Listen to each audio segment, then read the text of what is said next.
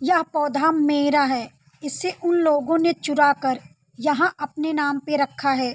पर तुम यह कैसे कह सकती हो कि ये पौधा तुम्हारा ही है? ऐसा पौधा क्या और किसी के पास नहीं हो सकता? नहीं, इस पौधे को मैं पहचानती हूँ। मैंने बहुत प्यार से इसे बड़ा किया है। वेलकम लक्ष्य गार्डन में आप सभी फ्रेंड का स्वागत है। आज हम बात करेंगे कि क्या पेड़ पौधे वास्तव में बात करते हैं। अक्सर आप लोगों ने सुना होगा कि पेड़ पौधे से बात करो तो वो भी रिएक्शन करते हैं। अगर आप गार्डन में पेड़ पौधे लगाएं तो क्या कभी आपने अनुभव किया है? नहीं किया तो ज़रूर अनुभव कीजिए। ऐसे ही मैं आपको एक मोटिवेशनल भरी कहानी सुनाने वाली हूँ जो पेड़ पौधे से इतना लगाव रखती थी, और हम भी अपने गार्डन में ऐसे अपने पेड़ पौधे से लगाव रख सकते हैं फ्रेंड्स। ये कहानी एक लड़की की है जिसका नाम रेवती रहता है, जो संगीत और पौधे की प्रेमी होती है। इसे लिखा है अंडाल अनंत नारायण जी ने। चलिए इस कहानी के माध्यम से हम भी अपने गार्डन में पेड़ पौधे से बात करेंगे। आज मैं इस वीडियो में आपके लिए ना कोई फर्टिलाइज़र लाई हूँ, ना कोई कीटनाशक दवा लाई हूँ, ना ही पेड़ पौधे लगाने के बारे में बताई हूँ। बस आपको अपने गार्डन से प्यार कैसे करना है, इस कहानी के माध्यम से मैं आपको एक सीख देने आई हूँ। रेवती का संगीत प्रेमी पौधा। इस कहानी का मुख्य जो शीर्षक है यही है। रेवती एक लड़की रहती है जिसका नाम रेवती रहता है। रेवती को संगीत से बहुत प्यार रहता है और वह संगीत की छात्रा होती है जिसे वायलिन बजाना बहुत अच्छा लगता है। जब भी उसे समय मिलता वह वायलिन बजाती। रेवती के घर के बाहर सहन में बहुत से गमले रखे हुए थे। गमलों में रंग बिरंगे फूल जैसे मेरे गार्डन में खिले हुए हैं, फूलों वाले पौधे थे। सहन में सिरिमिंड का एक बेंच था। रेवती इसी बेंच पर बैठकर वायलिन बजाती थी। एक दिन जब रेवती वायलिन बजा रही थी, उसका ध्यान दीवार के पास रखे गमले पर आया। इस गमले का पौधा मुरझाया हुआ था और उसके पत्ते भी जो थे वो पीले हो गए थे। रेवती को अपनी कक्षा में पढ़ा पाठ याद आ गया कि पौधे को हवा, पानी और सूर्य की रोशनी की बहुत ज़रूरत होती है। किसी भी प्लांट के लिए सूर्य की रोशनी, हवा बहुत ज़रूरी होता है, वरना हमारे पौधे फूल नहीं देते। उसने गमला बरामदे के बीच से उठाकर धूप वाली जगह पर रख दिया ताकि उसे ये तीनों चीज़ें मिल सके फ्रेंड। वह रोज़ उस पौधे की देखभाल करने लगी। तभी उसे याद आया कि उसकी कॉलोनी में पुष्प प्रदर्शनी होने वाली है। उसने सोचा, क्यों ना मैं इस पुष्प प्रदर्शनी में भाग लूं।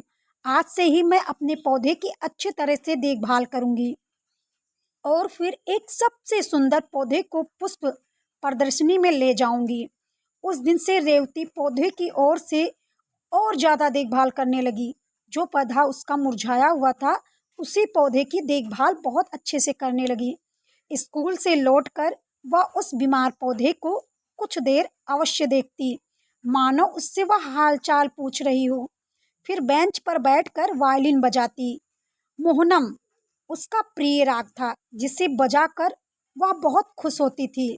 कुछ देर वायलिन बजाने के बाद वह अपनी पढ़ाई करने चली जाती है। प्रतिदिन उसका यही कार्यक्रम बन गया था।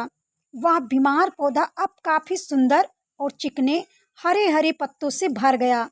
उसको देखकर रेवती मन में प्रतियोगिता लेने के लिए ठान लिया। एक शाम रेवती जब उस पौधे के पास आकर बैठी तो उसने देखा पौधे की जो 3-4 पत्तियां थी, कीड़े ने कुतर डाला। रेवती एक एक पत्ती को आगे पीछे से देखने लगी। तभी उसकी नज़र एक छोटी सी इल्ली पर गई जो पौधे के तने में चिपकी हुई थी। रेवती ने एक सीख उठाया और उस कीड़े को पत्तियों से हटा दिया। फिर उसने थोड़ी सी कीटनाशक दवा पौधे पर छिड़क दी। कीटनाशक दवा का मतलब नीम का फर्टिलाइज़र। ऑर्गेनिक तरीके से होममेड फर्टिलाइज़र हम बनाते हैं, ठीक उसी प्रकार रेवती ने भी बनाया। वायलिन बजाने का समय हो रहा था। रेवती बेंच पर बैठ वायलिन बजाने लगी। अपने प्रिय राग मोहनम को उसने बहुत धीमी लय से शुरू किया। धीरे धीरे धीरे राग अपनी गति पर था कि रेवती का ध्यान पौधे पर गया। कौन से पौधे पर? जो पौधा मुरझाया हुआ था उसकी देखभाल कर रही थी। यह क्या? पौधा उसकी ओर वायलिन की दिशा में झुक आया था, धीमे धीमे हिल भी रहा था। रेवती ने सोचा शायद यह उसका भ्रम हो, क्योंकि तब तेज हवा भी नहीं थी। वह वायलिन रखकर पढ़ने चली गई। अगले दिन जब वह पौधे को पानी देकर वायलिन बजाने बैठी तो उसका ध्यान पौधे पर गया। पौधा सीधा सीधा खड़ा था और उसकी पत्तियां नीचे झुकनी शुरू हो गई। फिर धीरे धीरे धीरे पौधे का तना भी रेवती की तरफ झुकने लगा। रेवती बहुत ध्यान से उस पौधे को देख रही थी। पौधा धीमे धीमे झूम रहा था, जैसे वह संगीत का आनंद ले रहा हो। रेवती को आश्चर्य हुआ। उसने सोचा यह जरूर मेरी वायलिन सुनता है। रेवती ने यह जांचने के लिए पौधा सचमुच वायलिन सुनता है या फिर नहीं, वायलिन पर एक तेज धुन बजानी शुरू कर दी। वह तेज धुन पौधे को पसंद ना आई। उसने झूमना बंद कर दिया, ऐसे सीधा खड़ा हो गया मानो वह रेवती से नाराज हो गया हो। रेवती खुशी से झूम उठी। उसे विश्वास हो गया कि पौधा उसका संगीत सुनता है। उसने पौधे के पास जाकर उसे बहुत प्यार किया। रेवती को लगा कि उसे एक नया दोस्त मिल गया जो उसी तरह राग मोहनम को पसंद करता है। रेवती को पूरा भरोसा हो गया कि उसका पौधा संगीत प्रेमी है, लेकिन उसकी इस बात पर कोई विश्वास नहीं करता। इसीलिए उसने यह बात किसी को नहीं बताई, अपनी माँ को भी नहीं बताया। अब रेवती रोज वायलिन पर उस पौधे को मोहनम राग सुनाती। पौधा बहुत खुश था, इसीलिए दिन प्रतिदिन सुंदर हष्ट पुष्ट होता जा रहा था। और तो और मौसम से पहले उसमें कलियां भी आ गई थी, जो एक दो दिन में खिलकर फूल बनने वाली थी। रेवती इसीलिए भी खुश थी कि 2-3 दिन बाद प्रतियोगिता होने वाली थी। अपने पौधे और उसकी खिलखिलाती कलियों को देखकर वह बहुत मुस्कुराती और उसे पक्का यकीन हो गया था कि प्रतियोगिता में वह पहला पुरस्कार जीतेगी। प्रतियोगिता के दिन वह सुबह जल्दी उठ गई। झटपट से उठ करके पौधे को देखने बरामदे में आई, परंतु वहाँ क्या, वहाँ तो पौधा ही ना था, ना ही गमला था। वह दौड़कर रसोई घर में गई और बोली, माँ माँ, क्या आपने मेरे गमले को उठाकर कहीं रख दिया है? माँ ने बोला, नहीं बेटा, मैंने तो कहीं नहीं रखा। फिर मेरा गमला कहाँ गया? रेवती ने कहा, क्या कल कोई यहाँ पर आया था? तो माँ ने बोला, हाँ, कल 2 पड़ोसियाँ आए थे और तुम्हारे पौधे की तारीफ कर रहे थे। उसके चले जाने के बाद मैंने नहीं देखा कि ये पौधा कहाँ गया। रेवती उदास हो गई। उसका मन बहुत दुखी था। उसने दौड़ दौड़ कर अपने पड़ोसियों के यहाँ देखा, उनसे पूछा भी, पर किसी को उसके पौधे के बारे में कुछ पता नहीं था। उदास रेवती घर लौट आई। उसका दिल टूट गया। उसे प्रतियोगिता में पुरस्कार पाने का लालच नहीं था। वह पौधा तो उसका दोस्त था, नन्हा सा प्यारा सा दोस्त, जिसे उसको प्यार चाहिए था। बड़े प्यार से उसे बड़ा किया था। उससे बेंच पर बैठकर वह सोच ही रही थी, पर उसकी समझ में कुछ भी नहीं आ रहा था कि वह क्या करे। गमले के खोने की रिपोर्ट पुलिस थाने में भी तो नहीं कर सकती। उसकी कॉलोनी के लोग पुष्प प्रदर्शनी के मैदान की ओर जा रहे थे। उसकी सभी सहेलियां भी वहां जा रही थी, पर रेवती का मन घर से बाहर कहीं जाने का नहीं था। तब उसकी सहेलियों ने बहुत मनाया तो वह उनके साथ प्रदर्शनी जाने को तैयार हो गई। प्रदर्शनी के मैदान में चारों तरफ रंग बिरंगे फूलों गमले रखे हुए थे। इन सभी गमलों में एक एक पर्ची लगी थी, जिस पर उन्हें लाने वाले का नाम और पता लिखा था। रेवती वहीं पर बैठकर चारों तरफ देखने लगी। तभी उसकी नज़र अपने पौधे पर पड़ी। वह दौड़कर पौधे के पास गई। उस पर लगी पर्ची पढ़ी। पर्ची पर किसी और का नाम लिखा था। जब उसने पता पढ़ा तो उससे बहुत आश्चर्य हुआ। यह तो हमारे घर से कुछ ही दूर घर वाले का पता था। जरूर इन्हीं लोगों ने मेरा पौधा चुराया होगा। रेवती ने संयोजक से कहा, यह पौधा मेरा है। इसे उन लोगों ने चुरा कर यहाँ अपने नाम पर रखा है। पर तुम यह कैसे कह सकती हो कि ये पौधा तुम्हारा ही है?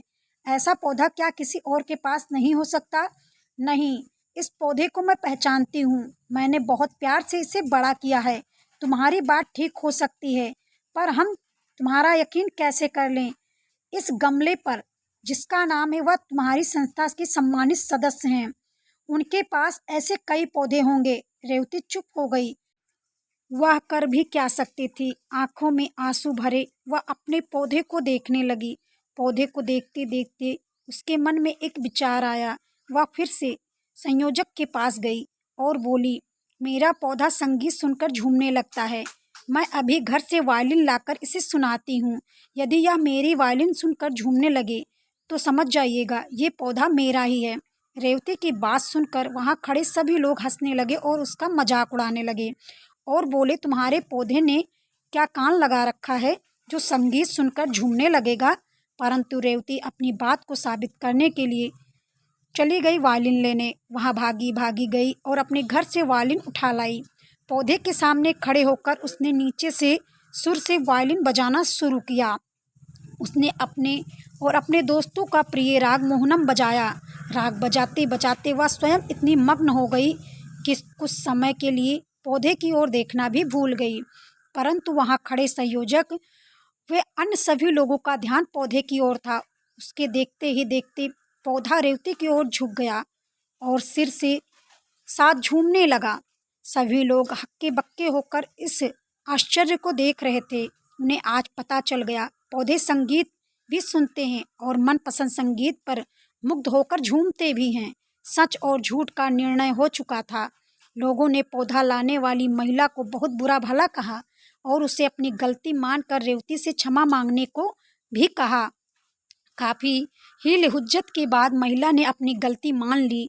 उसने कल रात यह पौधा रेवती के घर से चुराया था।